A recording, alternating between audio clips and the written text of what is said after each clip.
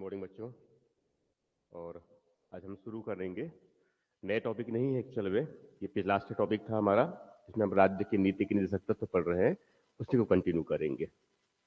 तो लास्ट का जो टॉपिक है उसमें मैंने राज्य की नीति निदेशक तत्व पर उस पर डिस्कस किया हुआ था, उसमें अनुच्छेद 40 तक हुए थे और उसके बाद फिर आगे जो है अनुच्छेद 41, 42, 43 वो बचे हुए हैं। ठीक है, तो पहले आज उनको हम कंप्लीट करेंगे, उसके बाद फिर अगर टाइम बचा रहा हमारे पास में तो हम मूल कर्तव्य भी कर लेंगे। तो मैंने जो डिस्कस किया है लास्ट, वहां है टॉपिक हमारा लास्ट मैंने डिस्कस किया उसका टॉपिक है राज्य की नीति निदेशक तत्व, राज्य की नीति के निदेशक तत्व।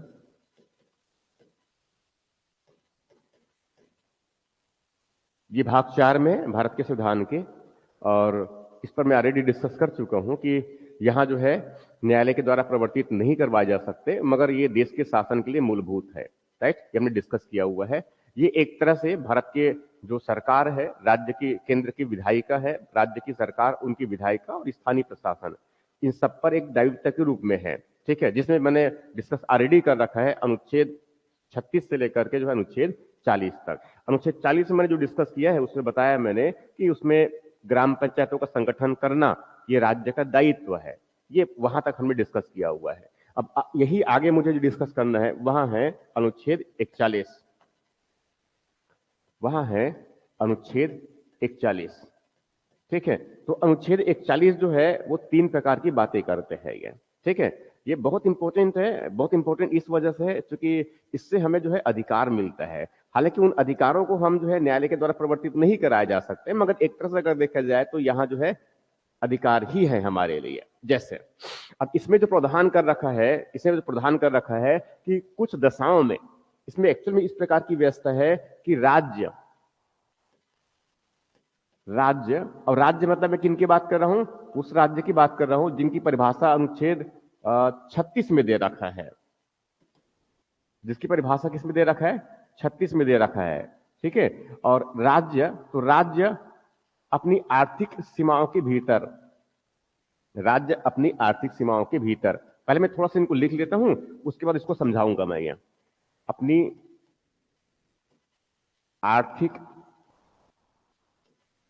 आर्थिक सीमाओं के भीतर, आर्थिक सीमाओं के भीतर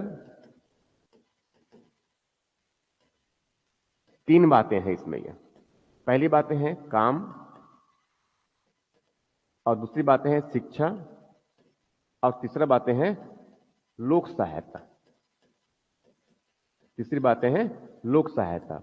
ये उपलब्ध करवाएगा राज्य, ये जो है इस आर्थिक सीमाओं के भीतर ये उपलब्ध करवाएगा। उपलब्ध नहीं, इनको एक्चुअली देखा जाए ये पाने का अधिकार की बात करता है, पाने का अधिकार है ये। ठीक है, अब उनको थोड़ा समझो इनको। वो जैसे कि वर्तमान में आप जानते हैं कि आज जो है कल एक्चुअल में वो पंचायत सशक्तिकरण अभियान की भी शुरुआत किया गया है। राइट, कल वीर बाल दिवस भी था, साथ में आप जानते हैं कि उसमें छत्तीसगढ़ के भी एक बच्चे को उसको पुरस्कृत किया गया राष्ट्रपति के द्वारा। ठीक है, और साथ में आप जानते हैं जैसे कि शिक्षक अधिकार कानून है 2009 का। ठीक है, इसके साथ साथ आप जानते हैं मनरेगा कानून है 2005 का।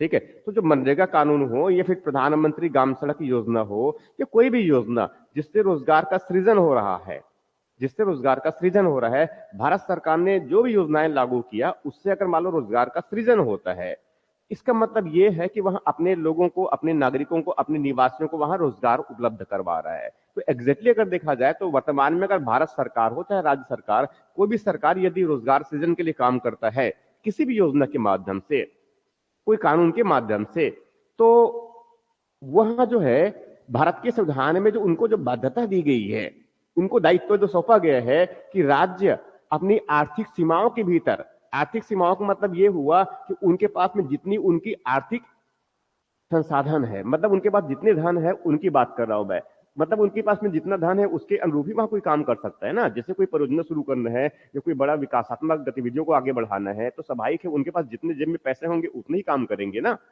तो यही सब है एक्चुअल में। ये तो सरकार के पास में, फिर राज्य के पास में जितना उनके पास में संसाधन है, उसी संसाधन के अनुरूप, उसी संसाधन के अनुरूप जो है वहां काम उपलब्ध करवाएगा, मतलब रोजगार, शिक्षा भी देगा और लोक सहायता।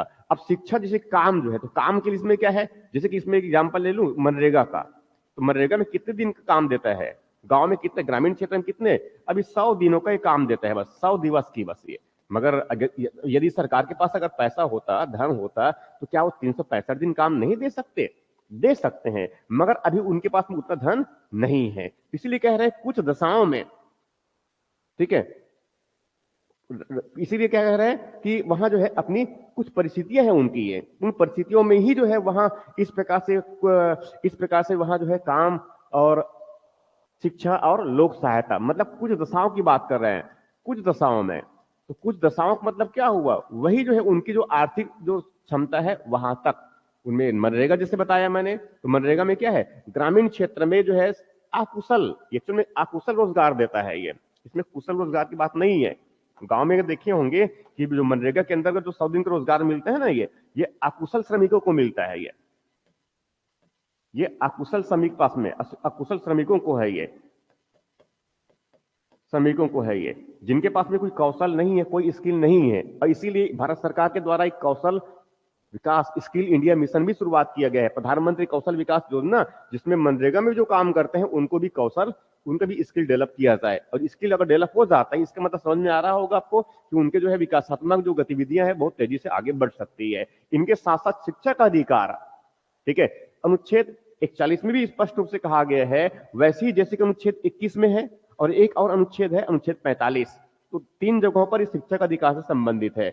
एक अनुच्छेद 21 है जो मूल अधिकार से संबंधित है, जो मैंने बताया कि वहां 6 से लेकर के 14 वर्ष के बच्चों को मुफ्त और अनिवार्य शिक्षा दिया जाता है, अनुच्छेद 21 में, 21A में, ठीक है। और यहां पर भी क्या बात कर रहे हैं, राज्य कुछ दशाओं में अपनी जो आर्थिक संभावना है उसके भीतर वहां शिक्षा प्रदान करेगा। तो स्वाभाविक है, अभी शिक्षा तो सबको मुफ्त शिक्षा नहीं दिया जाता ना, अगर कॉलेज के फॉर्म भरते हैं तो उसके फीस देना पड़ता है ना, मतलब अभी मुफ्त शिक्षा नहीं है। मगर आप सोचिए कि सरकार के पास में अगर अच्छा खासा अगर धन होगा, मोटी रकम होगा, तो वहां मुफ्त शिक्षा क्यों नहीं दे सकता। मगर हाँ, उनका ये दायित्व तो है कि अभी उनके पास पैसे नहीं है इसलिए नहीं दे रहे हैं, मगर हाँ भविष्य में यदि उनके पास में धन अगर अधिक होंगे तो वहां सबको मुफ्त शिक्षा दे सकता है, राइट। तो शिक्षा पाने का अधिकार। और वैसे जो है लोक सहायता, लोक सहायता मतलब यह है कि समाज के जो कमजोर वर्ग है उनको सहायता उपलब्ध करवाना, जैसे कि बुजुर्ग है, विधवा महिलाएं हैं, ठीक है, या फिर जो है कोई या फिर जो कोई विकलांग है, बच्चे हैं, ठीक है, तो उनको, ठीक, उनको जो है क्या है, तो उनके वृद्धावस्था के लिए, या फिर किसी के जो है अगर उसका उनका जो अगर मान लो विकलांगता है कोई बच्चे, या फिर जो है कोई परित्यक्त महिलाएं हैं, विधवा महिलाएं हैं, तो उनके लिए क्या है, ये लोक सहायता उपलब्ध करवाया जाता है। लोक सहायता का मतलब एक प्रकार से क्या है, उनके गुजारे के लिए थोड़ी सी क्या है, सहायता। तो इसमें एग्जैक्टली क्या है, वो पेंशन है ये, ठीक है। जैसे कि भारत सरकार के द्वारा जो है, चाहे साथ में उसमें राज्य सरकार के द्वारा, तो भारत सरकार के द्वारा जैसे कि अटल पेंशन योजना प्रारंभ किया गया है, इंदिरा गांधी जो है वृद्धावस्था पेंशन प्रारंभ किया गया है, समझ आ रहा है। ये विकलांगता दिव्यांग पेंशन उसमें प्रारंभ किया गया है। तो इसमें हालांकि पेंशन तो जो है बहुत कम दिया जाता है, ले दे करके भी वहां 500 रुपए तक बस हुआ है प्रति माह, ठीक है। मगर फिर भी जो है, फिर भी क्योंकि अभी सरकार के पास उतना ही पैसे है कि वहां पेंशन के रूप में कितना दिया जा रहा है, कितना दे सकते हैं, केवल 500 रुपए दे सकते हैं। और जैसे कि महतारी वंदन योजना भी है, तो महतारी वंदन योजना बेसिकली किसके लिए है, ये महिलाओं की जो है उनके विकास के लिए है ना, उनकी उनको सहायता दे रहे हैं ना, कि वहां अपनी जो है जो जो आर्थिक गतिविधि है उनको थोड़ा सा ठीक कर दे। तो इस तरह से भारत के संविधान में जो है ये काम, शिक्षा और लोक सहायता पाने का अधिकार, राइट। मगर कैसे, राज्य अपने सिर्फ एक अपनी आर्थिक सीमाओं के भीतर। अब मैं आगे बढ़ जा रहा हूं, ये अनुच्छेद 41 की बात बताया मैंने, अब मैं आगे बढ़ जा रहा हूं अनुच्छेद 42 की तरफ। अब मैं आगे बढ़ जा रहा हूं अनुच्छेद 42 की तरफ। अनुच्छेद 42 की तरफ जो बातें हैं वो बहुत इंपॉर्टेंट है। अनुच्छेद 42 में जो बातें हैं वो बहुत इंपॉर्टेंट है। बहुत इंपॉर्टेंट का मतलब ये है, इसमें अनुच्छेद 42, ठीक है, अनुच्छेद 42 में जो कहता है कि वहां जो है काम की न्याय संगत और मानवोचित दशा, पहले इनको लिख लेता हूं फिर बताऊंगा मैं। काम की न्यायोचित और मानवोचित काम की न्यायोचित और मानवोचित दशाएं और प्रसूति सहायता और प्रसूति सहायता, ये दोनों उपलब्ध करवाना ये राज्य का दायित्व है। ये राज्य का दायित्व है। अब थोड़ा समझिए इनको वो, ठीक है। जैसे कि काम की न्यायोचित और मानवोचित दशाएं, इसका मतलब यह है कि मानव जो है बिल्कुल उचित तरीके से जहां पर वो काम कर रहा है वहां पर जो है दशाएं, वहां की परिस्थितियां इस प्रकार का हो जिससे कोई व्यक्ति जो है समान रूप से काम कर सकता है। जैसे कि मनरेगा के अंतर्गत मान लो जो है चलो कहीं पर काम करने गए, मगर वहां पर पीने की व्यवस्था नहीं है। अगर मान लो किसी को अगर थोड़ी सी अगर कुछ दुर्घटना हो गया तो उनके लिए फर्स्ट एड अगर नहीं है वहां पर, समझ में आ रहा जो कह रहा हूं मैं ये। या फिर चलो चलो माइन में अगर मान लो कोई खानों में अगर काम करता है, कोई फैक्ट्री में अगर काम करता है, मगर वहां पर ना तो बिजली है ना तो पानी की व्यवस्था है, समझ में आ रहा है ये। जो बुनियादी जो जो आवश्यकताएं होती है किसी भी स्थान पर काम करने के लिए, जो परिस्थितियां होती है, वो परिस्थितियां अगर नहीं है तो स्वाभाविक उस व्यक्ति वहां पर काम कैसे कर पाएगा। और यदि व्यक्ति अगर वहां पर काम करता है जहां पर वो काम करने की परिस्थितियां नहीं है तो स्वाभाविक है उनके स्वास्थ्य पर प्रतिकूल प्रभाव पड़ेगा। और वो स्वास्थ्य पर अगर प्रतिकूल प्रभाव पड़ता है तो स्वाभाविक है उनको भारत के संविधान ने जो प्राण और दैहिक स्वतंत्रता का जो अधिकार दिया हुआ है, तो जीवन का जो बुनियादी अधिकार दिया गया है, जिनमें स्वास्थ्य स्वास्थ्य स्वास्थ्य पाने का जो अधिकार है, स्वास्थ्य सहायता जो पाने का अधिकार है, ऑलरेडी जो है उस प्राण और दैहिक स्वतंत्रता के अधिकार में सम्मिलित है। तो स्वाभाविक है ऐसा करके क्या होता है, उनके मौलिक अधिकारों का हनन होता है। इसीलिए जो है काम जहां पर किया जा रहा है उनकी परिस्थितियां इस प्रकार का हो कि वहां उचित हो, कि वहां पर जब हम काम कर रहे हैं तो हमें उचित परिस्थितियां वहां पर हो, ठीक है। और वो एक मानव के लिए बिल्कुल उचित हो, सही प्रकार की परिस्थितियां हो जो उनके स्वास्थ्य पर प्रतिकूल प्रभाव ना डाले। और वैसी दूसरी तीसरी बातें जो कह रहा हूं वहां क्या है, प्रसूति सहायता। प्रसूति सहायता का मतलब ये होता है कि महिलाएं जो गर्भवती है, गर्भवती के थोड़ी पहले और गर्भवती के बच्चे के जन्म के समय और उसके थोड़ी बाद उनको स्वाभाविक है उनको सहायता की आवश्यकता पड़ती है, तो राज्य सहायता करेगा। उस समय अगर मान लो वहां कोई काम करने वाली महिला है तो स्वाभाविक है उनके परिवार का देखरेख कौन करेगा, उनका गुजारा कैसे चलेगा, तो उस समय इसीलिए उनको क्या है, सहायता दिया जाएगा। उनको इसलिए क्या है, सहायता दिया जाएगा। तो इस प्रकार से भारत के संविधान में जो है यह अनुच्छेद 42 में क्या है, काम की न्याय संगत और मानवोचित दशाएं और साथ में प्रसूति सहायता, ये तीन प्रकार की बातें करते हैं ये, ठीक। अब उसके बाद आगे बढ़ जाता हूं मैं अनुच्छेद 43 में, यहीं पर अनुच्छेद 43। तो अनुच्छेद 43 जो है ये बहुत इंपॉर्टेंट है, ठीक है। देखो भारत के संविधान में जो है बहुत छोटी छोटी बातों को ध्यान में रखा गया है इंसान के लिए, ये राइट। ये हर एक व्यक्ति की जो है उनकी जो परिस्थितियां हैं उनमें किस प्रकार से जो परिस्थितियां हो सकती है उन सब बातों को ध्यान में रख करके जो है संविधान को बनाया गया है, ठीक है। इसमें देखिए, इसमें अनुच्छेद 43 में है कर्मकारों के लिए, पहले मैं शब्द एग्जैक्टली वही लिख रहा हूं जो संविधान में लिखा है, कर्मकारों के लिए निर्वाह मजदूरी, निर्वाह मजदूरी, निर्वाह मजदूरी उपलब्ध करवाना, ये राज्य का कर्तव्य है। ये राज्य का कर्तव्य है कि वह कर्मकारों को निर्वाह मजदूरी उपलब्ध करवाए।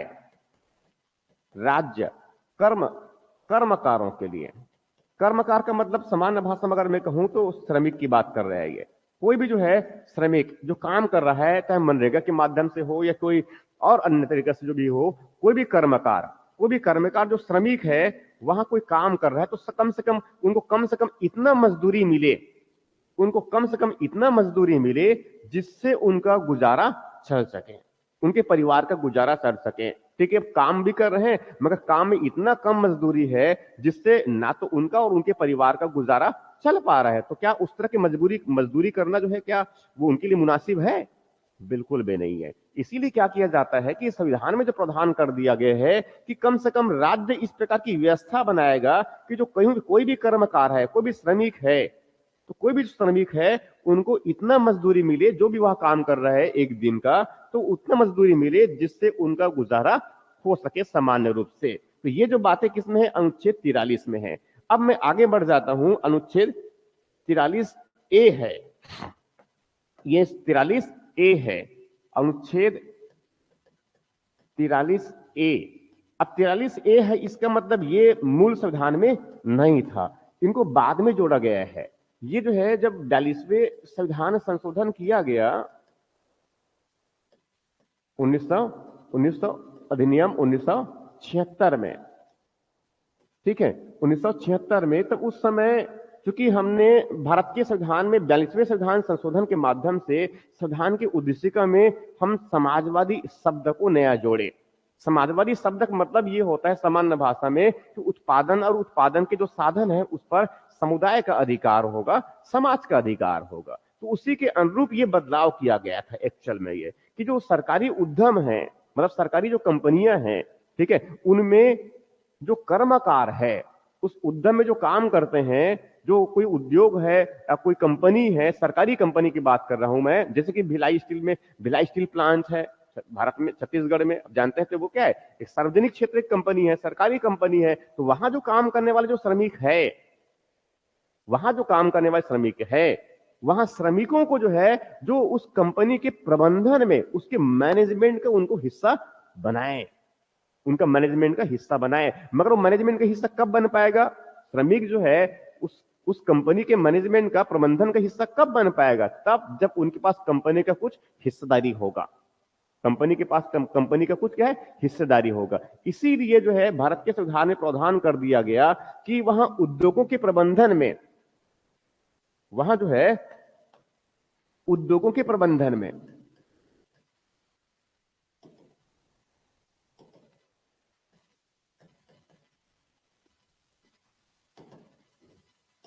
उद्योगों के प्रबंधन में कर्मकारों का भाग लेना, कर्मकारों का भाग लेना राज्य ये सुनिश्चित करेगा।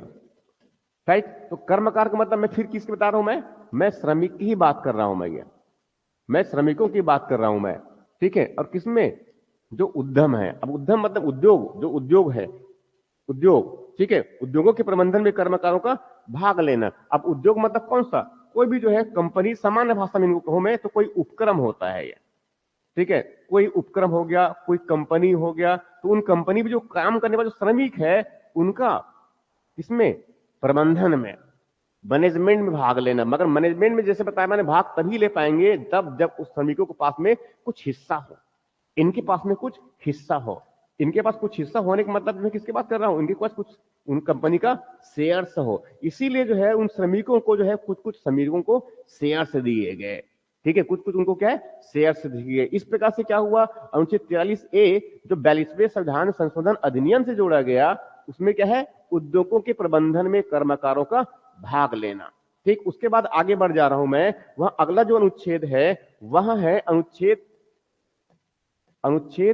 43 बी, ठीक है, अनुच्छेद 43 बी। अब इसमें भी देखिए, ये एक्चुअल मूल संविधान का हिस्सा नहीं था, इनको भी हमने बाद में जोड़े हैं, मगर ये जोड़े हैं हमने 97वें संविधान संशोधन का है, ये 91 संविधान संशोधन से जुड़ी हुई हमने बाद में इनको वो, ठीक है। और ये 2011 का जो है संशोधन अधिनियम है, जिसमें बताया मैंने कौन सा, एक अनुच्छेद कौन सा है, 43 बी।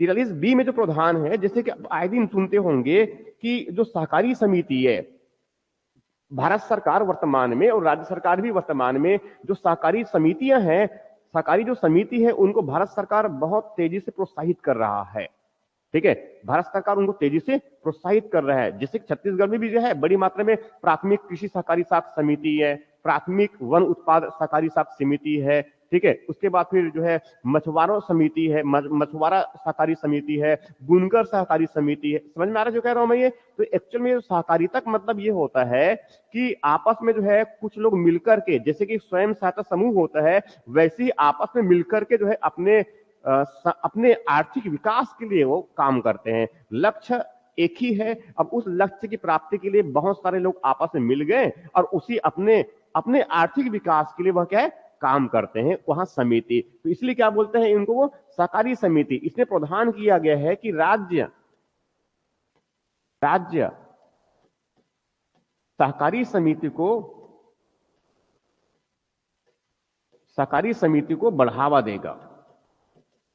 राज्य सहकारी समिति को बढ़ावा देगा, राइट। तो इस प्रकार से क्या है, राज्य का ये दायित्व है कि वह कोऑपरेटिव जो कमेटी है, जो सहकारी समिति है, उनको वो बढ़ावा दे। इस प्रकार से क्या हो गया, अनुच्छेद 43 डी। अब उसके बाद आगे बढ़ रहा हूं मैं। इसमें जो अगला अनुच्छेद बहुत महत्वपूर्ण है, पूरे वर्ष भर सुर्खियों में रहता है। अनुच्छेद 44 क्या है, अनुच्छेद 44। और ये अनुच्छेद 44 जो है एक ऐसा अनुच्छेद है जो भारत में एक तरफ कह सकते हैं कानून का जो शासन है उनको सुनिश्चित करता है। किस प्रकार से कि कानून के समक्ष सब समान होगा और उस कानून का सबको समान संरक्षण मिलेगा। मतलब समानता का जो अधिकार संविधान में जो स्थापित किया गया है कि उसमें धर्म के आधार पर, मूल वंश के आधार पर, जाति के आधार पर कोई भेदभाव नहीं किया जाएगा। तो उसी में जो है अगर ये कहा जाए कि हिंदुओं के लिए जो शादी ब्याह के जो कानून है, शादी ब्याह के या फिर तलाक के या संपत्ति या गोद लेने से संबंधित जो व्यक्तिगत कानून कहते हैं, पर्सनल जो एक्ट कहते हैं ये, ठीक है। तो यहां अगर मान लो अलग है, वैसी जो है अगर मान लो जो मुस्लिम समुदाय है उनके लिए जो पर्सनल जो कानून है वो अलग है, वैसी बौद्ध के लिए, वैसी जैन के लिए, फारसी के लिए वैसी। तो इस प्रकार से क्या है, अगर ये अलग अलग जो धर्म के जो समुदाय के लोग हैं, अलग धार्मिक समुदाय के जो लोग हैं, यदि सबके जो पर्सनल जो एक्ट अगर मान लो अलग अलग है, तो भारत में जो है हम ये कहते हैं कि सबके लिए कानून समान है। तो सबके लिए कानून समान कहां हुआ, हिंदुओं के लिए अलग कानून की बात कर रहे हैं आप, मुस्लिम के लिए अलग कानून की बात कर रहे हैं, बौद्ध के लिए अलग है, जैन के लिए अलग है। तो एग्जैक्टली अगर देखा जाए तो भारत के संविधान में तो जो है एक कानून पूरे भारत के लिए एक ही कानून की बात करते हैं ना। और कानून में अगर मान लो कोई भेदभाव है तो स्वाभाविक है भारत के संविधान की यहाँ मूल भावना है उसके वो बिल्कुल खिलाफ है। इसीलिए भारत में संविधान निर्माताओं ने जो है ये प्रावधान किया गया है कि राज्य समान नागरिक संहिता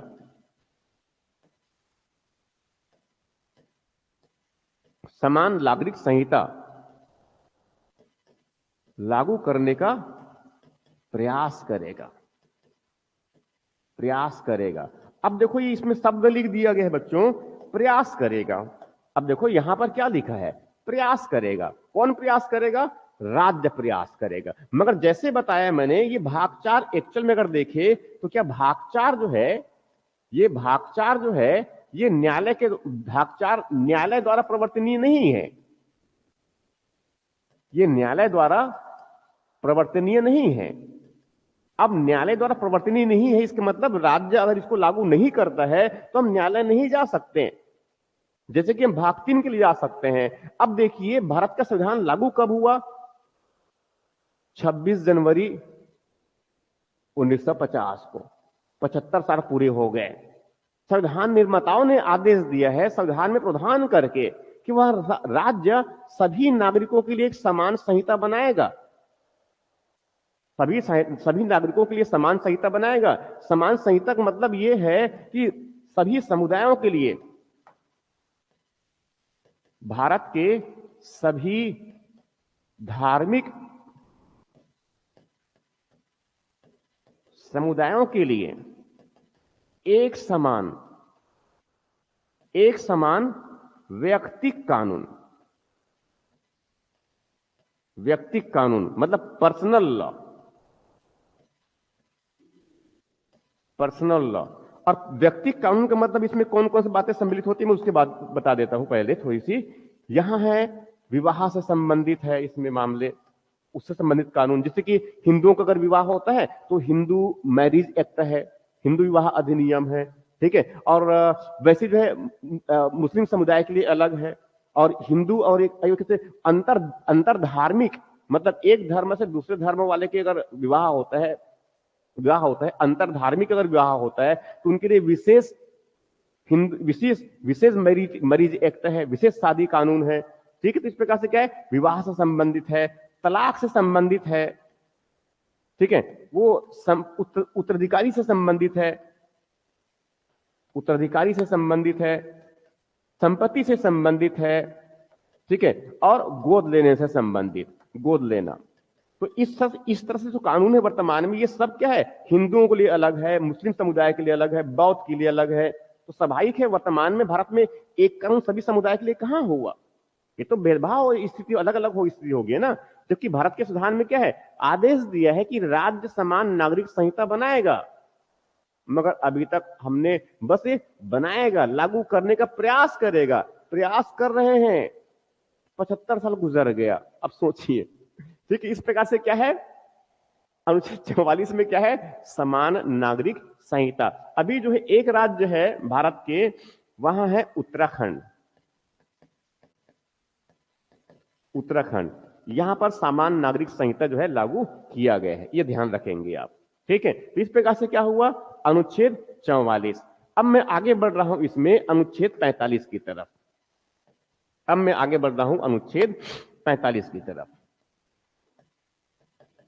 अनुच्छेद 45, ये अनुच्छेद 45 जो है बहुत इंटरेस्टिंग है ये, ठीक है, बहुत इंटरेस्टिंग इसलिए है क्योंकि ये, जैसे इसके पहले अगर देखिए तो अनुच्छेद 21 में जो है आपको ध्यान में होगा, वो 6 से लेकर के 14 वर्ष के बच्चों के लिए मुफ्त और अनिवार्य शिक्षा का प्रावधान करता है, राइट।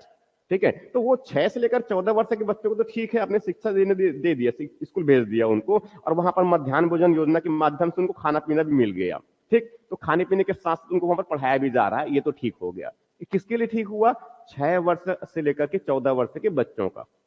मगर उन बच्चों का क्या होगा जो 6 वर्ष से कम आयु के हैं, उनको भी तो जो देख रेख चाहिए ना। अब मम्मी जो है वो तो मजदूरी करने जाएंगे, तो उस बच्चे का देख रेख कौन करेगा, है, उनको कौन खाना, उनका जो है उस समय जो है देख रेख कौन करेगा, उनको खिलाएगा खिलाएगा पिलाएगा कौन, उनको उनको शिक्षा कौन देगा, किनकी बात कर रहा हूं मैं, 6 से कम आयु के बच्चे, राइट। तो इस प्रकार से उनकी भी देखरेख कौन करेगा, वो राज्य ही करेगा, उनका दायित्व है ना। भारत के लोग हैं, भारत के लोगों को उसमें इस प्रकार से उसका जो है देखरेख करने का जो है जो दायित्व मिला है, किसका है, वो राज्य का है। इसीलिए जो है संविधान के अनुच्छेद 45 में प्रावधान किया गया है, प्रारंभिक शैशवावस्था, राज्य राज्य प्रारंभिक शैशवावस्था, शैशवावस्था मतलब होता है बाल्यावस्था, बाल्यावस्था, बाल्यावस्था मतलब समझ रहे होंगे, बच्चों की बात कर रहा हूं मैं, और मैं किन बच्चों की बात कर रहा हूं बताऊंगा आगे मैं। प्रारंभिक शैशवावस्था की देखरेख देखरेख और प्रारंभिक शिक्षा, और जो है, और मैं यहां पर लेता हूं उनको प्रारंभिक शिक्षा, प्रारंभिक शिक्षा की व्यवस्था करेगा, राज्य प्रारंभिक शिक्षा देगा सामान्य भाषा में। ठीक है, कैसे कह रहा हूं मैं, देखिए प्रारंभिक शैशवावस्था, प्रारंभिक शैशव मतलब मैं किन की बात कर रहा हूं मैं, बस जो 6 वर्ष से कम आयु के बच्चे हैं, 6 वर्ष से कम आयु के बच्चे, ठीक है, क्योंकि हम 6 वर्ष से अधिक आयु के 6 वर्ष से लेकर 14 वर्ष तक के बच्चों को हमने जो है उस तरफ अनुच्छेद 21A के अंतर्गत शिक्षा का अधिकार दे रखे है। तो यहां पर हम किसकी बात कर रहे हैं, 6 वर्ष से कम आयु के जो बच्चे हैं उनका देखरेख करना, उनके देखरेख करने की जिम्मेदारी जो है, जब उनकी मम्मी जो है मजदूरी करने चले गए तो उस बच्चे की देखरेख कौन करेगा, ठीक है, और उनको प्रारंभिक शिक्षा कौन देगा, तो ऐसा करने का दायित्व किसका है, राज्य का है। इसीलिए भारत सरकार ने जो है, इसीलिए भारत सरकार ने क्या किया है, इसीलिए भारत सरकार ने क्या किया है,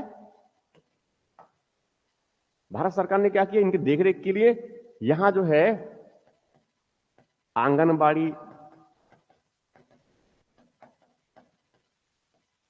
मिनी आंगनबाड़ी और मिनी आंगनबाड़ी और बालबाड़ी,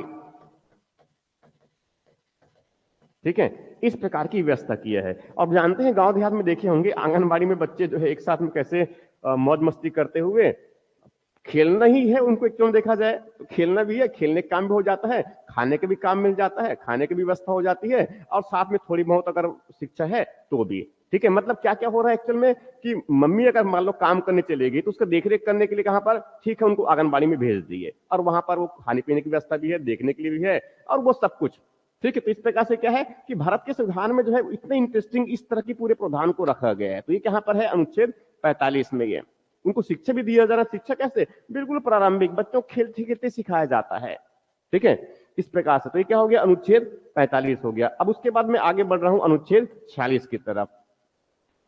अब मैं आगे बढ़ रहा हूं अनुच्छेद 46 की तरफ। ये अनुच्छेद 46 भी जो है ये बहुत इंपॉर्टेंट है।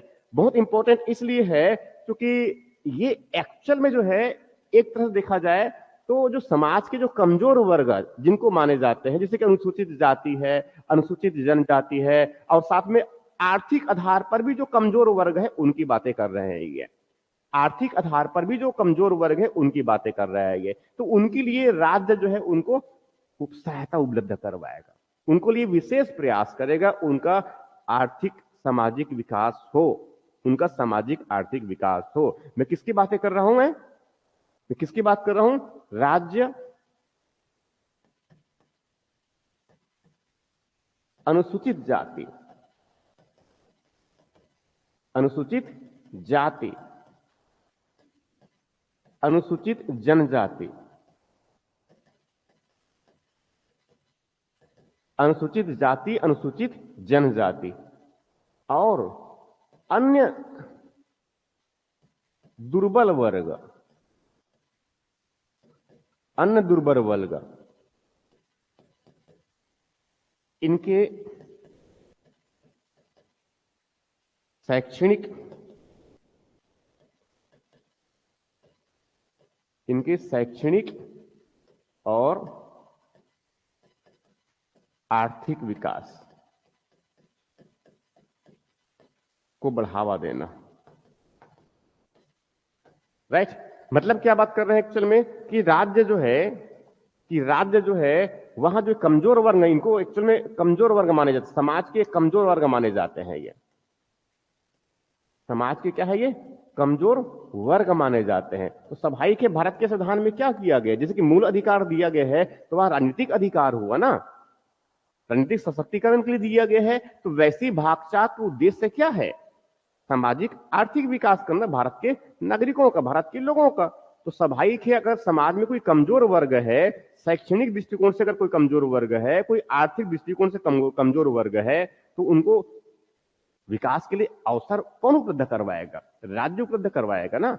इसीलिए जो है समाज के कमजोर वर्गों को सहायता उपलब्ध करवाने के लिए भारत के संविधान में अनुच्छेद 46 में प्रावधान किया गया है कि समाज के जो कमजोर वर्ग जिनमें अनुसूचित जाति, अनुसूचित जनजाति और साथ में अन्य दुर्बल वर्ग, किस आधार पर कह रहा हूं मैं, शैक्षणिक और आर्थिक विकास।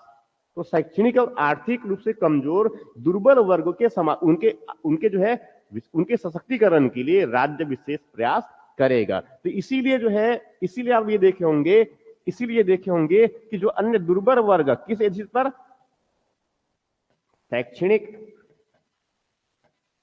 और आर्थिक आधार पर, इन आधारों पर इनके लिए अभी हाल ही में क्या है, आरक्षण की व्यवस्था, इनके लिए क्या किया गया है, आरक्षण की व्यवस्था किया गया है। और भारत के संविधान में इसके लिए संशोधन भी किया गया, एक संशोधन किया गया 103वां संविधान संशोधन, 103वां संविधान संशोधन किया गया है, जिनमें जिनमें सामान्य वर्ग के,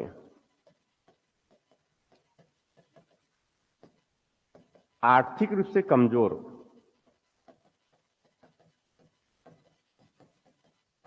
आर्थिक रूप से कमजोर वर्ग को कि उनका विकास हो सके, उनका विकास हो सके, उनको 10% का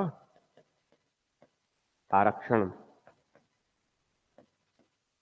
की व्यवस्था, मगर मैं किसकी बात कर रहा हूं, ये सामान्य वर्ग में जो आर्थिक रूप से कमजोर वर्ग है, सामान्य की बात कर रहा हूं मैं, जनरल की बात कर रहा हूं मैं, ओबीसी एसटी और एससी की बात नहीं कर रहा हूं। उसके लिए तो आरक्षण की अलग व्यवस्था है, 27% और 15% और 7.5%।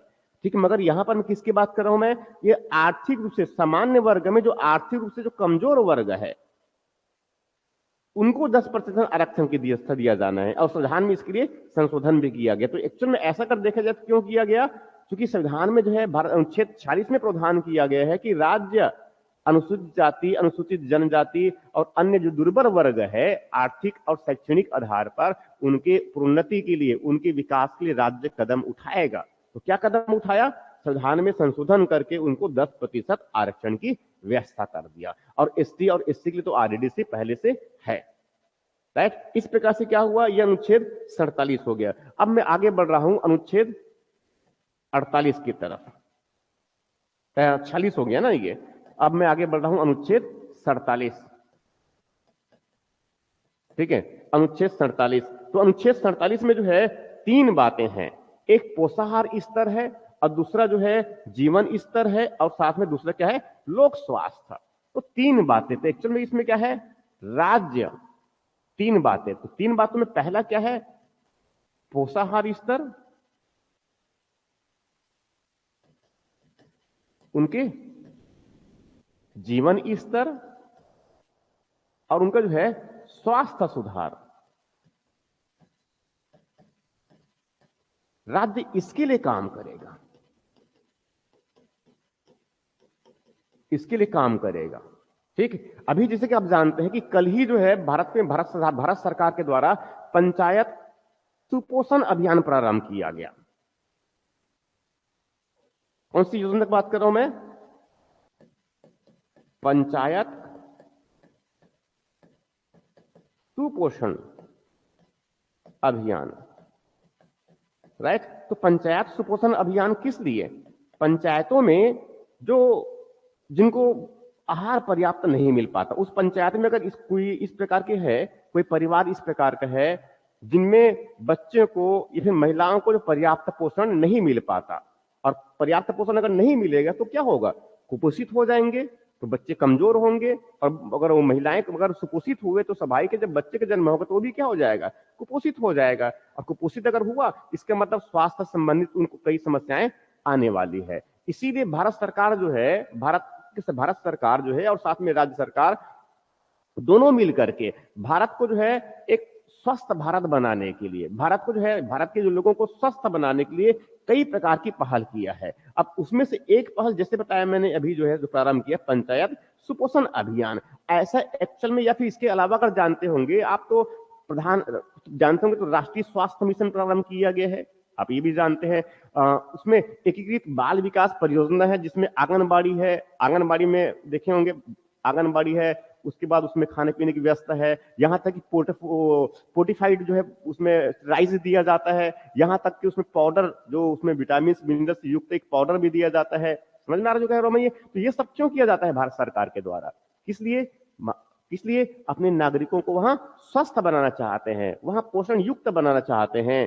ठीक है, जीवन स्तर को बेहतर करना। अब देखिए, अगर वो शौचालय की व्यवस्था जो किया गया, शौचालय की व्यवस्था किया गया, बिजली की व्यवस्था किया गया, पानी की व्यवस्था किया गया, गलियों को ठीक बनाया गया, प्रकाश लाइट उसमें उपलब्ध करवाया गया, समझ में आ रहा जो कह रहा हूं मैं ये, सड़कें बनवाया गया, सड़कें बनवाया गया। तो इस प्रकार से क्या है, ये एक्चुअल में क्या है, लोगों के जीवन स्तर को ऊंचा उठाने के लिए है, लोगों के जीवन स्तर को ऊंचा उठाने के लिए उनको स्वास्थ्य का अधिकार दिया गया। आपका राशन कार्ड भी है, आधार कार्ड भी है, आयुष्मान भारत कार्ड है, समझ में आ रहा जो कह रहा हूं मैं इस प्रकार से। तो ये सब क्या है एक्चुअल में, ये भारत के संविधान में जो है राज्य को आदेश दिया गया है, आदेश दिया है कि वहां अपने नागरिकों को इस प्रकार से वहां सुरक्षा दे, उनको पोषण स्तर दे, उनका पोषण अच्छा हो, ठीक है, खाने पीने की चीजों को अच्छी करे, उनके जीवन स्तर को ऊंचा उठाए, उनका स्वास्थ्य में सुधार करे।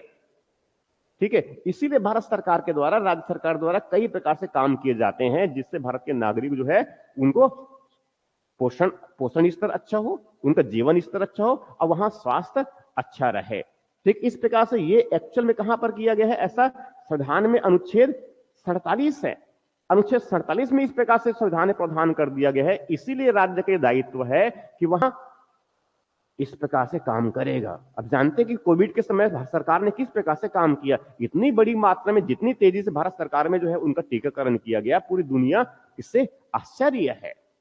राइट, ऐसे और भी कई बातें हैं। अब जानते हैं 80 करोड़ लोगों को हम मुफ्त अनाज दे रहे हैं भारत सरकार के द्वारा, तो किस लिए? कि उनका पोषण ठीक हो। ठीक है, ऐसे और भी है, कई प्रकार के सुविधाएं हैं। अब मैं आगे बढ़ जाता हूं अनुच्छेद 48 की तरफ।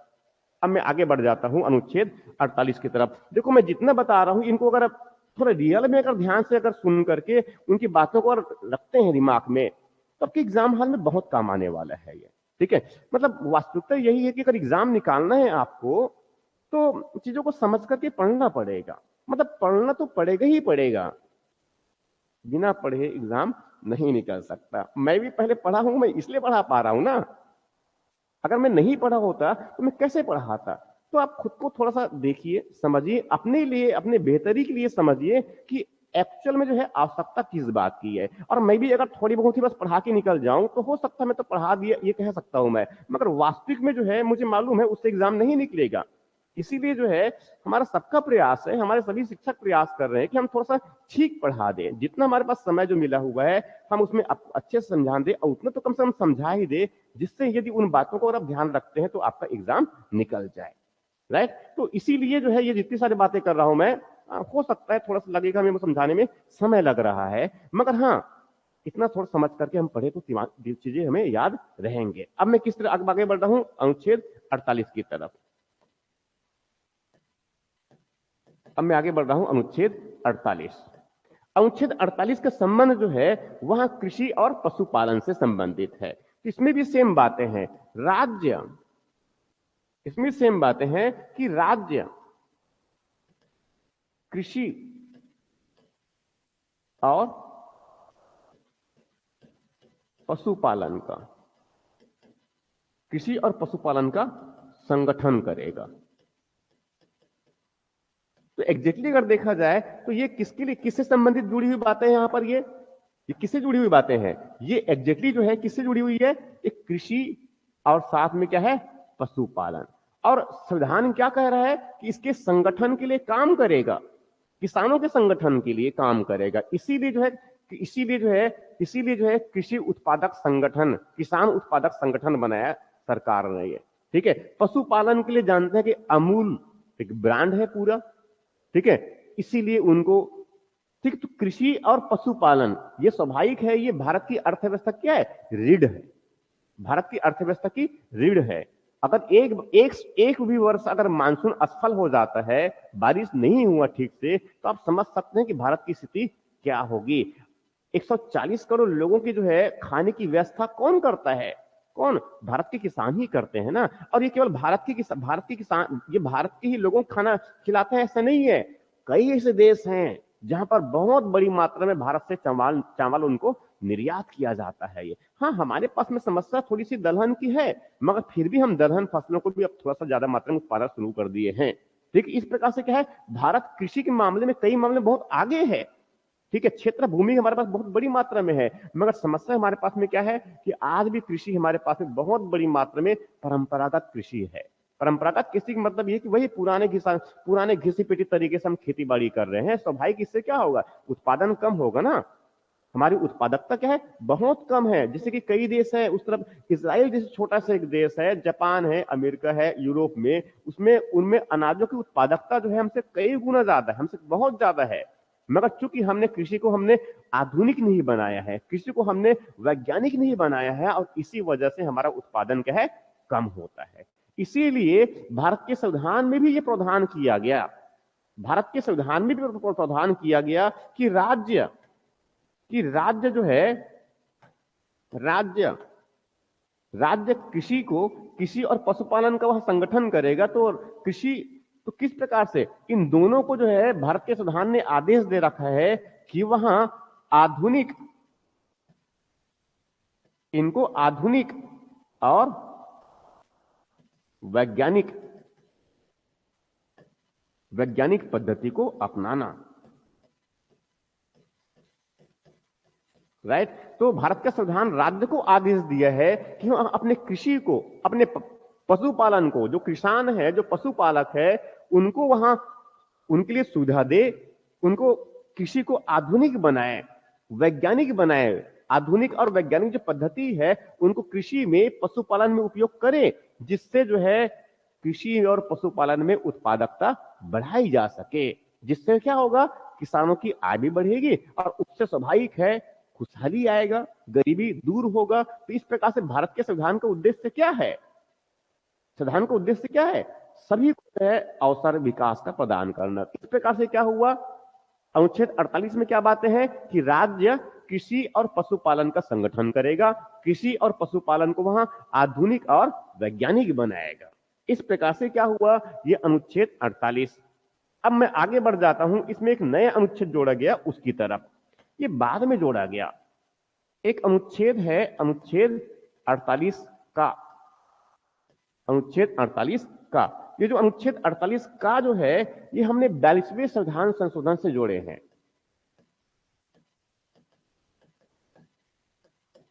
संविधान संशोधन अधिनियम 1976 से जोड़े हैं ये। और ये बहुत इंपॉर्टेंट है, ये बहुत इंपॉर्टेंट इस वजह से है, क्यों? क्योंकि यहां जीवन को बनाए रखने के लिए बहुत महत्वपूर्ण है। इसमें एक्चुअल में कहा गया है, इनका संबंध ये है कि इसमें प्रावधान किया गया है कि राज्य, इसमें प्रावधान किया है कि राज्य पर्यावरण संरक्षण, पर्यावरण का संरक्षण और संवर्धन। मैं समझाऊंगा इनको। तो पहली बात तो इसने कही है कि पर्यावरण का संरक्षण और संवर्धन करना, ठीक है। दूसरी बातें जो है इसी में है, वहां है वन, वहां है वन वन वन वन्य जीवों की रक्षा। दूसरी बातें क्या है, वन्य जीवों की रक्षा, राइट। किसकी बात कर रहा हूं मैं? दो बातें हैं। तो पहली बात इसमें क्या है, पर्यावरण का संरक्षण और संवर्धन करना। पर्यावरण का संरक्षण का मतलब यह हुआ, जैसे कि आप जानते हैं और बहुत सुर्खियों में बना रहता है कि जलवायु परिवर्तन हो रहा है, और जलवायु परिवर्तन की वजह से जहां पर सूखी नहीं, जहां पर बारिश नहीं होना चाहिए वहां पर बारिश हो जा रहा है, और जहां पर परिस्थितियां जो है बहुत ही विषम होते जा रही है। कहीं पर बहुत तेजी से बड़ी मात्रा में बारिश हो जा रहा है एक ही जगह पर, कहीं पर सूखा पड़ रहा है तो कई सालों तक सूखा ही पड़ रहा है। समझ रहे हैं? ये इस मानसून की जो प्रकृति है वो बदल रही है। मानसून कभी लगता है कि पहले आ जा रहा है, कभी उनका समय आगे खिसक रहा है। आए दिन कभी भी जो है कोई मानसून किस प्रकार की परिस्थितियां जो है मौसम की किस प्रकार से बदल जा रही है। तो ये सब ऐसा करने के कारण क्या हो जाते हैं कि सब कुछ नहीं, ये जलवायु परिवर्तन का हिस्सा है। जलवायु परिवर्तन का मतलब क्या है भाई, जलवायु पहले कुछ और था और अब जलवायु क्या है, कुछ और है। स्वाभाविक जलवायु परिवर्तन का कोई तो कारण रहा होगा ना। अब जानते हैं इस पर्यावरण का मतलब क्या होता है। पर्यावरण का मतलब इसमें एक्चुअल में अगर देखा जाए तो इसमें जो है कौन सा, वायु पर्यावरण, वायु की बात करते हैं, इसमें जो है ध्वनि की बात करते हैं, इसमें जो है मृदा की बात करते हैं, इसमें जो है जल की बात करते हैं। तो स्वाभाविक है सब कुछ अब अच्छा है क्या? जहां पर भी देखो क्या है, प्रदूषण है। वायु प्रदूषण में देख रहे हैं बड़ी मात्रा में जो है उसमें कई प्रकार से गैसें, जहरीली गैसें, और वो हमारे स्वास्थ्य के लिए क्या है, कितने खतरनाक हो रहे हैं। तो स्वाभाविक है पर्यावरण अगर सुरक्षित नहीं रहेगा तो हम रहेंगे कैसे, अपने जीवन को स्वस्थ बनाए कैसे रखेंगे। इसीलिए भारत सरकार के द्वारा बहुत पहले से प्रयास किया जा रहा है। अभी जानते हैं एक पेड़ मां के नाम, ठीक है, हरेली योजना कई प्रकार से है जिससे हम क्या कर सके, पेड़ों को बचा सके, जिससे हम क्या है, पेड़ों को बचा सके। अगर पेड़ों को बचाएंगे तो क्या होगा, पर्यावरण हमारा जो है ठीक रहेगा, सुरक्षित रहेगा, और उनको ठीक करने का, उनको संवर्धन मतलब उनको ठीक करने का राज्य प्रयास करे। उसके बाद अगला जो विषय इसी में है वहां क्या है, वन्य जीवों की रक्षा। वहां क्या है, वन्य जीवों की रक्षा। अब जानते हैं कि उस तरफ टाइगर तो गिने चुने ही हमारे पास में है, और कुछ तो चीता हमने अफ्रीका से मंगवाए हैं, ये तो पता ही होगा आपको। वो समझ में आ रहा है ना, ये चीता भारत में एक भी नहीं था। 1952 से चीता भारत में एक भी नहीं था। वो चीता तो कुछ दिन पहले अफ्रीका से मंगवाए, नामीबिया कर वहां से मंगवाए हैं हमने ये, ठीक है। तो स्वाभाविक ये सब क्या हुआ, इतने बड़ी मात्रा में भारत में जो टाइगर हुआ करता था वो टाइगर गए कहां आखिर, हाथी भी बड़ी मात्रा में हुआ करता था, भालू भी, हर एक वन्य जीव बड़ी मात्रा में भारत में हुआ करता था। मगर अब स्थिति किस प्रकार की है कि अब उनको बचाने के लिए हम अलग प्रकार से प्रयास कर रहे हैं। संविधान ने आदेश दिया है, संविधान ने 48 प्रावधान किया है कि वह वन्य जीवों की रक्षा करे।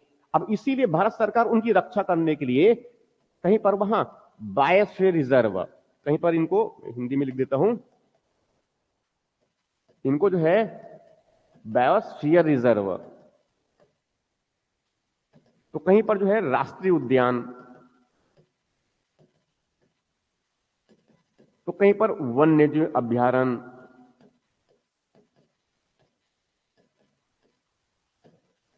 ठीक है, तो कहीं पर जो है सामुदायिक रिजर्व,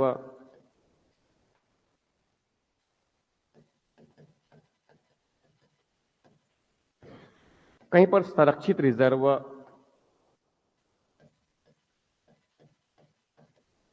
ठीक है। तो ये सब एक्चुअल में क्या है, तो कहीं पर टाइगर रिजर्व, और जानते हैं कि छत्तीसगढ़ में नया चौथा जो टाइगर रिजर्व बनाया गया, तो कहीं पर हाथी रिजर्व है, हाथी को बचाने के लिए,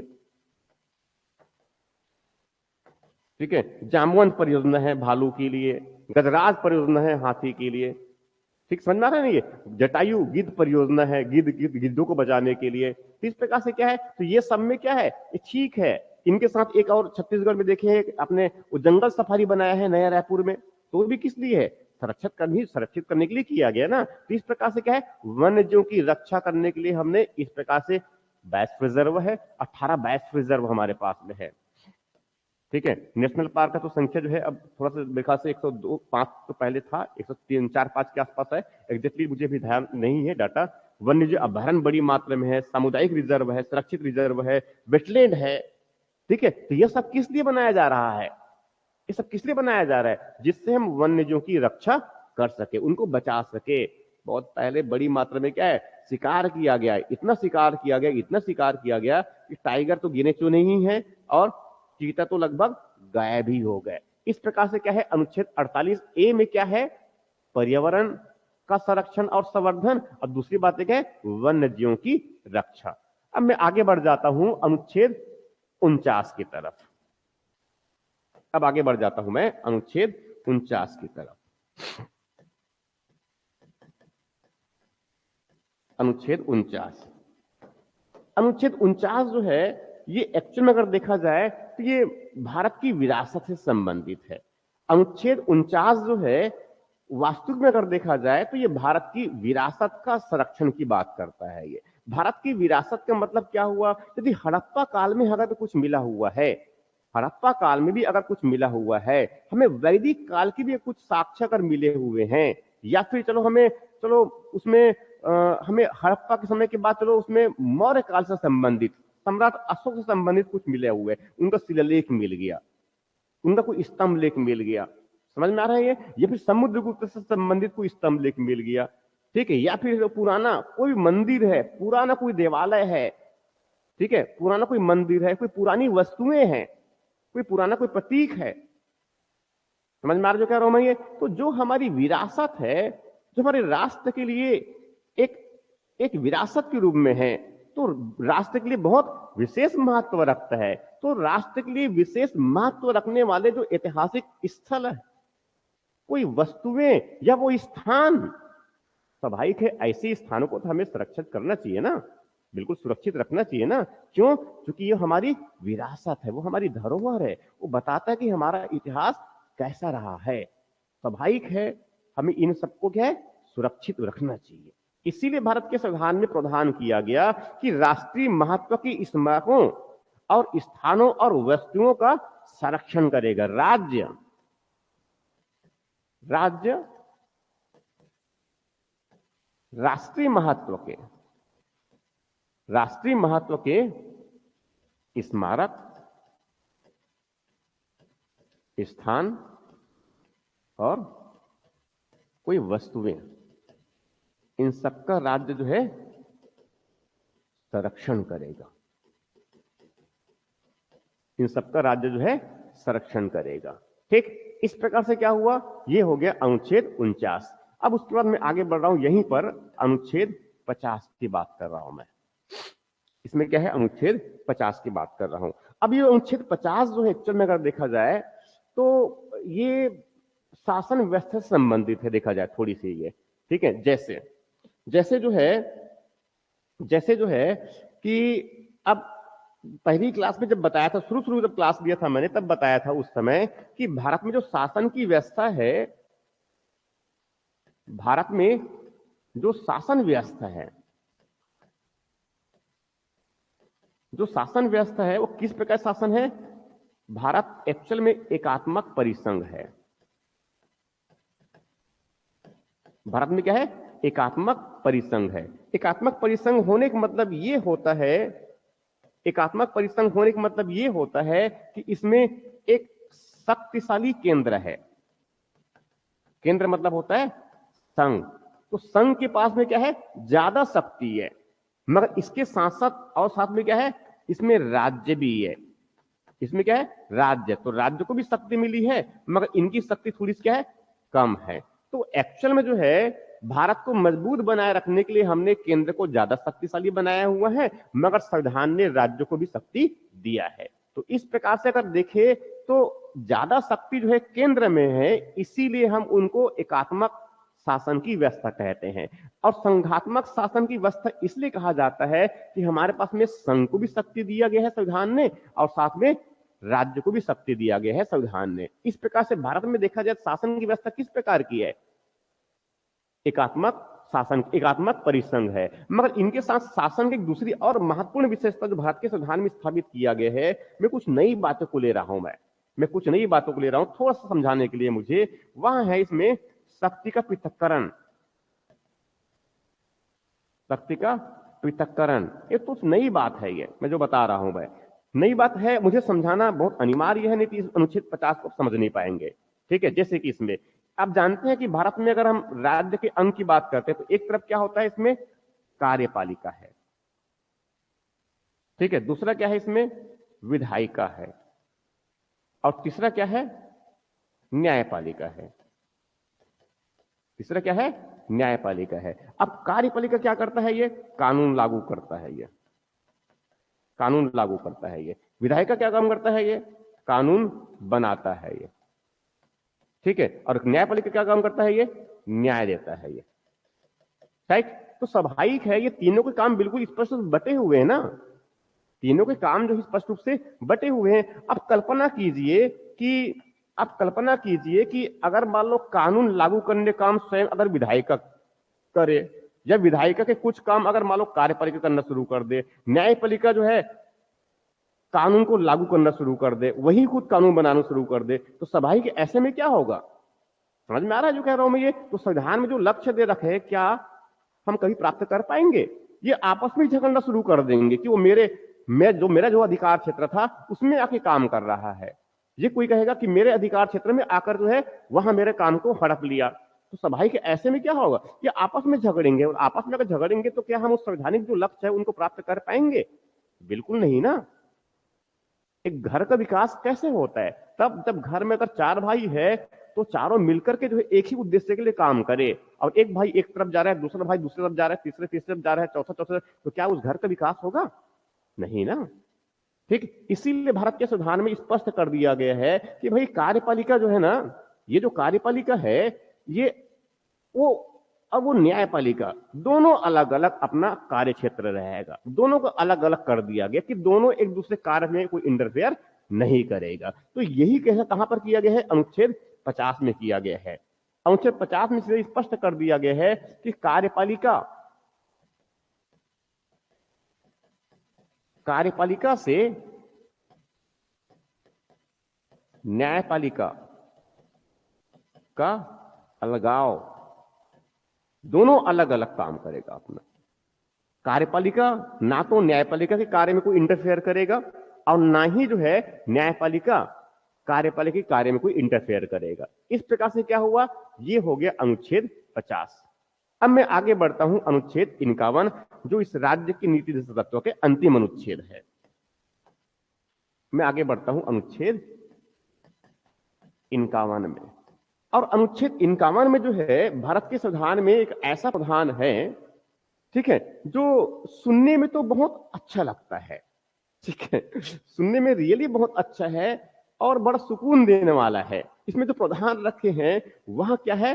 अंतरराष्ट्रीय शांति और सुरक्षा की अभिवृद्धि, राज्य अंतरराष्ट्रीय शांति और सुरक्षा को बढ़ावा देगा, को बढ़ावा देगा, राइट। तो एग्जैक्टली जो है राज्य, अब राज्य मतलब भारत सरकार है, संसद है, राज्य की सरकार है, राज्य की विधानमंडल है, स्थानीय निकाय, ठीक। चलो, मगर इसमें चूंकि अंतरराष्ट्रीय मामला है तो हम भारत में भारत सरकार को ही लेते हैं। अब ये कह रहे हैं, संविधान हमारा ये कह रहे हैं कि अंतरराष्ट्रीय स्तर में शांति और सुरक्षा, दो लक्ष्य दे रखे हैं यहां पर। ये भारत के संविधान जो है, हमने अपने देश के लिए तो हमने भारत को संपूर्ण प्रभुत्व संपन्न तो हमने बनाना है, तो क्लियर है।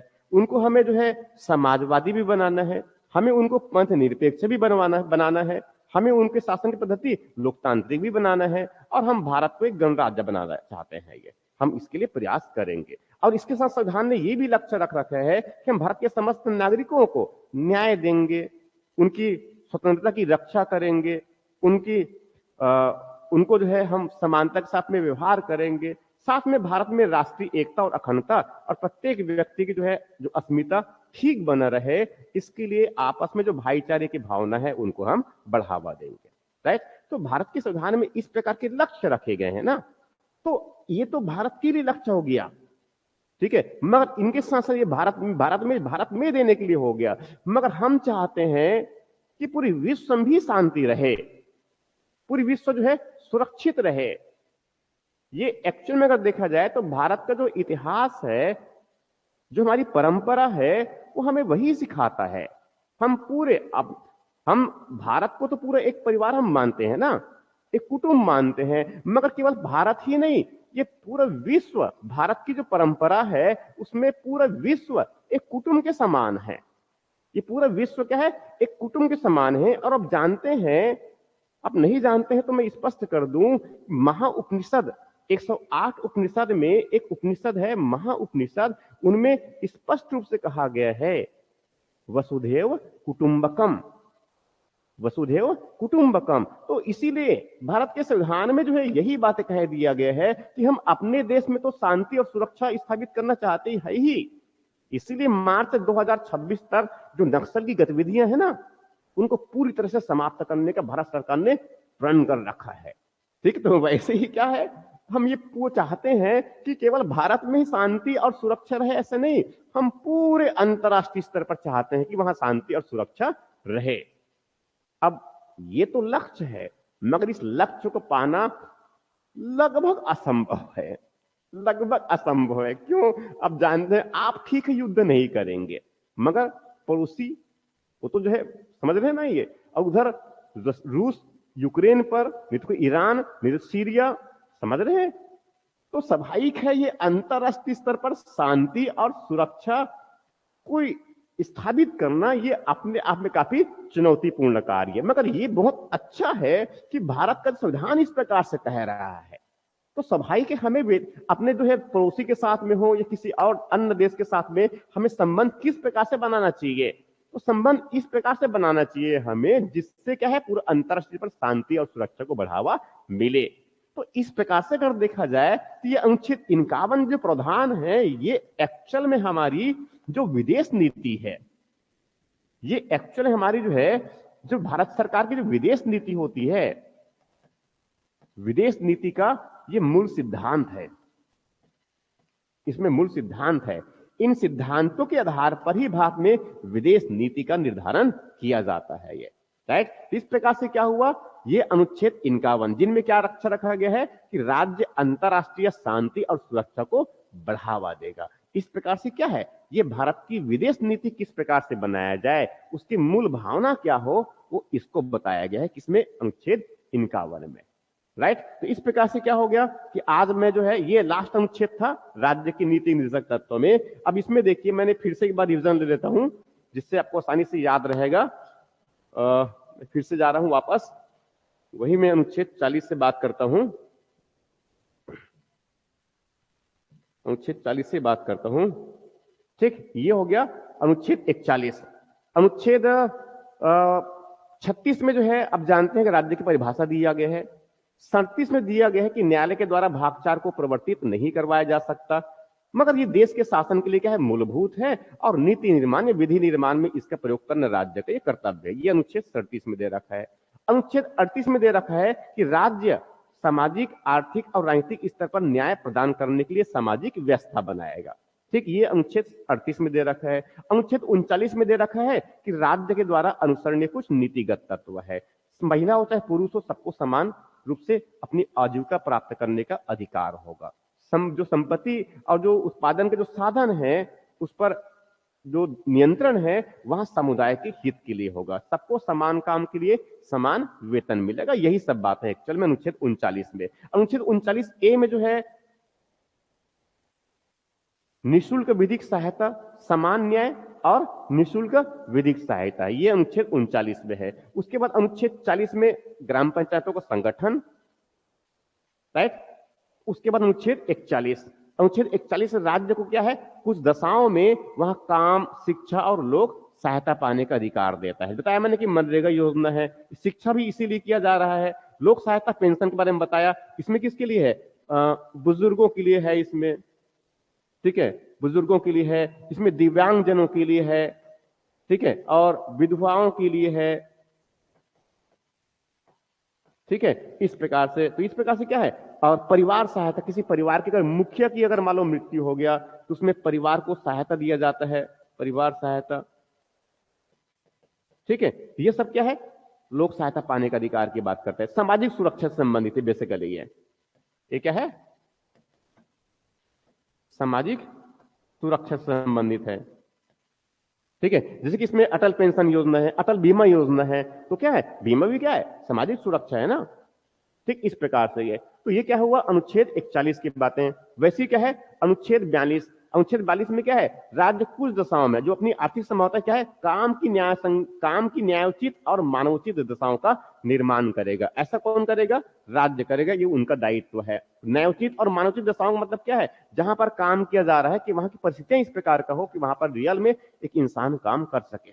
साथ में क्या है, प्रसूति सहायता। प्रसूति सहायता मतलब क्या बताया था मैंने कि बच्चे के जन्म से पहले, ठीक है, गर्भवती जो महिलाओं को उनको सहायता उपलब्ध करवाना, वो एम्बुलेंस 108 नंबर, राइट, इस तरह का। उसके बाद अनुच्छेद 43 है, जिनमें क्या बात करता है कि राज्य कर्मकारों के लिए निर्वाह मजदूरी करेगा। मजदूरों को कम से कम इतना मजदूरी मिले जिससे उनका निर्वहन हो सके, और मान लो निर्वहन के लायक, गुजारत के लायक अगर मान लो मजदूरी नहीं मिल रहा है तो उनका काम करने को मतलब बनता है, बिल्कुल नहीं बनता। इसलिए संविधान में प्रावधान कर दिया गया है कि वहां कर्मकारों के लिए निर्वाह मजदूरी की व्यवस्था करे। उसके बाद अगला जो अनुच्छेद था वहां है 43A, मूल संविधान में नहीं थी, इनको बाद में जोड़ा गया।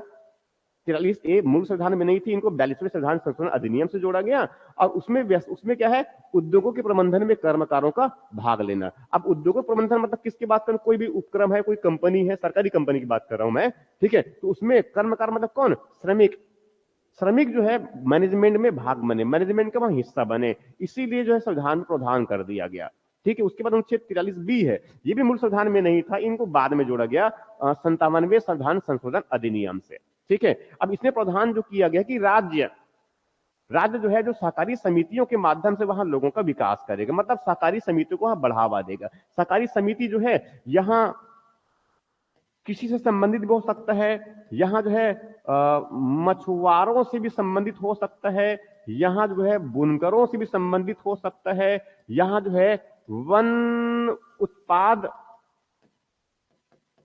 संग्रहण करने वालों से संबंधित उससे भी हो सकता है, ठीक है। तो इस प्रकार से क्या हुआ, सहकारिता को बढ़ावा देना। ये बैंक से संबंधित हो सकता है, वित्त, सहकारी बैंक, वित्त इन सेंस बैंक से संबंधित हो सकता है। तो इस प्रकार से क्या हुआ कि सहकारिता को बढ़ावा देना, ये किसमें है, अनुच्छेद 43B में है, ठीक। उसके बाद आगे अगर मैं देखूं इसमें आगे अगर देखूं तो इसमें क्या है, अनुच्छेद 44 है। अनुच्छेद 44 बताया था मैंने, ये क्या है, समान नागरिक संहिता। समान नागरिक संहिता मतलब बताया मैंने कि भारत के सभी समुदाय, धार्मिक समुदाय है, उनके लिए, सबके लिए समान व्यक्तिगत कानून, एक ही प्रकार से पर्सनल लॉ, विवाह संबंधित हो, चाहे तलाक से संबंधित हो, चाहे वहां उत्तराधिकारी से संबंधित हो, चाहे वहां संपत्ति से संबंधित हो, चाहे वहां गोद लेने से संबंधित हो, इससे संबंधित जो कानून है, चाहे वहां हिंदू हो, चाहे मुस्लिम हो, चाहे सिख, बौद्ध, जैन, जो भी समुदाय, सबके लिए क्या होना चाहिए, समान होना चाहिए। मैं इसकी बात करते हैं, ये अनुच्छेद 44।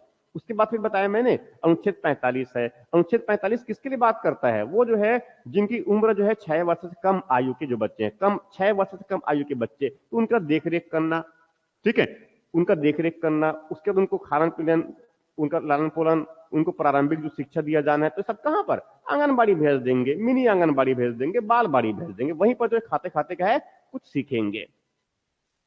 ये कौन सा हो गया, अनुच्छेद 45। उसके बाद फिर क्या है, 46 है। ये समाज के कमजोर वर्गों के लिए सहायता उपलब्ध करवाने की बात कहता है। ये किसके लिए समाज कमजोर वर्ग कौन है, अनुसूचित जाति, अनुसूचित जनजाति है और अन्य दुर्बल वर्ग। शैक्षणिक और आर्थिक आधार पर मान लो कोई पिछड़े हुए हैं तो उनके लिए आरक्षण की व्यवस्था, इसीलिए 103 संविधान संशोधन 10% आरक्षण किसके लिए, सामान्य वर्ग के, कमजोर वर्गों के लिए, ठीक है। उसके बाद फिर आगे बढ़ जाता हूं, उसमें क्या है, अनुच्छेद 47 है। 47 में क्या बताया मैंने कि राज्य जो है 3 प्रकार से काम करेगा अपने निवासियों के लिए। पहला क्या काम करेगा कि वहां पोषण स्तर उपलब्ध करवाएगा, दूसरा जीवन स्तर को बेहतर करने के लिए काम करेगा, उनमें स्वास्थ्य सुधार के लिए काम करेगा। समझ रहे हैं ना, भारत सरकार कितने सारे फैसिलिटी, सुविधाएं दे उपलब्ध करवा रहा है, राज्य सरकार भी सुविधाएं उपलब्ध करवा रहा है, ठीक है। इस प्रकार से क्या हुआ, ये अनुच्छेद 47 है ये। उसके बाद फिर आगे इसमें बढ़ जाऊं तो वहां क्या है, अनुच्छेद 48 है। अनुच्छेद 48 में क्या है, राज्य क्या काम करेगा, कृषि और पशुपालन को बढ़ावा देगा। राज्य क्या काम करेगा, कृषि और पशुपालन के संगठन को बढ़ावा कर, उनको संगठित करेगा, कृषि को आधुनिक बनाएगा, कृषि को वैज्ञानिक बनाएगा। और इसीलिए जानते हैं ड्रोन दीदी योजना है, नहीं तो ट्रैक्टर के लिए है, नहीं तो उनको ऋण के लिए है, समझ में आ रहा है ना। ये इस प्रकार से क्या है, किसान क्रेडिट कार्ड है, तो ये सब किस लिए, भारत के संविधान ने कह रखा है कि कृषि को और पशुपालन को हमें आधुनिक और वैज्ञानिक बनाना है, जिससे जो है क्या होगा, किसानों की आय बढ़ेगा और खुशहाली आएगी। ठीक इस प्रकार से क्या हुआ, अनुच्छेद 48 ए। उसके बाद आगे बढ़ जाता हूं अनुच्छेद 48 ए में। अनुच्छेद 48 ने मैंने बताया कि पर्यावरण का संरक्षण और संवर्धन करना, पर्यावरण को जो है थोड़ा सुरक्षित रखना है और अच्छा उनको बनाने का हमें प्रयास करना है, और ऐसा कौन करेगा, ये राज्य का दायित्व है। ठीक है, इसीलिए आजकल सुने होंगे दिल्ली में जो है उधर साइड में पराली जलाया, दिल्ली में जो है सांस लेना मुश्किल हो गया। समझ रहे हैं ना, इस तरह से ये, तो इसीलिए क्या है, हमारे जल को हमने बर्बाद कर दिया, नदियों को हमने बर्बाद कर दिया। समझ रहे ना, ये जो पानी पीते हैं, जिस पानी को हम पीते हैं उसी को हम जो है जहरीले बना दिए। ठीक है, जिस हवा को हम जो है लेते हैं उसी को हमने क्या है जहरीले बना, जिसमें हमारा अनाज जिस भूमि से उगता, जिस मृदा से उगता है, उस मृदा को हमने जहरीला बना दिया। अब समझ रहे हैं, ये दुनिया में ऐसा कोई विचित्र प्राणी होगा जो अपने ही भोजन को विषाक्त कर रहा है, अपने पर्यावरण को अपनी पर्यावरण को जो है विषैले बना रहा है। ऐसा केवल और केवल एक ही जीव कर सकता है, जिसका नाम है मानव। ठीक इस प्रकार से क्या है, वन्य जीवों की रक्षा के लिए हमने बायोस्फीयर बनवाया, राष्ट्रीय उद्यान बनाए, वन्य जीव अभ्यारण्य, ये सब किस में है, अनुच्छेद 48 ए में है। ठीक है, उसके बाद अनुच्छेद 49 जो है वो आप जानते हैं किससे संबंधित है, ये हमारी विरासत से संबंधित है। राष्ट्रीय महत्व के जो स्मारक है कोई हमारा, ठीक है, कोई स्थान है, कोई वस्तुएं हैं, उनका हमें संरक्षण करेगा। समझ में आ रहा है जो कह रहा हूं मैं, ये तो पुराना हमारा कोई धरोहर है। अब जैसे कि लाल किला है, उनको सुरक्षित बनाए रखना है, ताजमहल है, उनको सुरक्षित बनाए रखना है। पुराना जो है, अगर मान लो कोई मंदिर है, कोई भी मंदिर की बात करें, 10 मंदिर है, अब जैसे छत्तीसगढ़ में जो है लक्ष्मण मंदिर है, ठीक है, ये कोई बहुत पुरानी मूर्ति है, उनको भी क्या है सुरक्षित रखना है। 50 में कार्यपालिका से न्यायपालिका का अलगाव है। ये मैंने बताया भारत में शासन किस प्रकार की व्यवस्था है, तो एकात्मक परिसंघ है, साथ में शक्ति का पृथक्करण है, कार्यपालिका, विधायिका और न्यायपालिका। ठीक इस प्रकार से क्या हो गया ये। अच्छा, एक अनुच्छेद और बचा है, एक कौन सा है, अनुच्छेद 51, जो मैंने बताया असंभव सा हमने एक लक्ष्य बना रखा है। ठीक है, अब वो लक्ष्य क्या है, अंतरराष्ट्रीय शांति और सुरक्षा का। ये एक्चुअल में हमारी विदेश नीति का मूल सिद्धांत यहीं पर है। ये हम इस बात को ध्यान में रख करके अपनी विदेश नीति का पालन करते हैं कि पूरी विश्व में शांति और सुरक्षा बनी रहे। राइट, तो इस प्रकार से क्या हुआ, राज्य की नीति की निदेशक तत्व। अब मैं अगली जब लेक्चर होगा मेरा, तब मैं डिस्कस करूंगा मूल कर्तव्य को। ठीक है, थैंक यू बच्चों।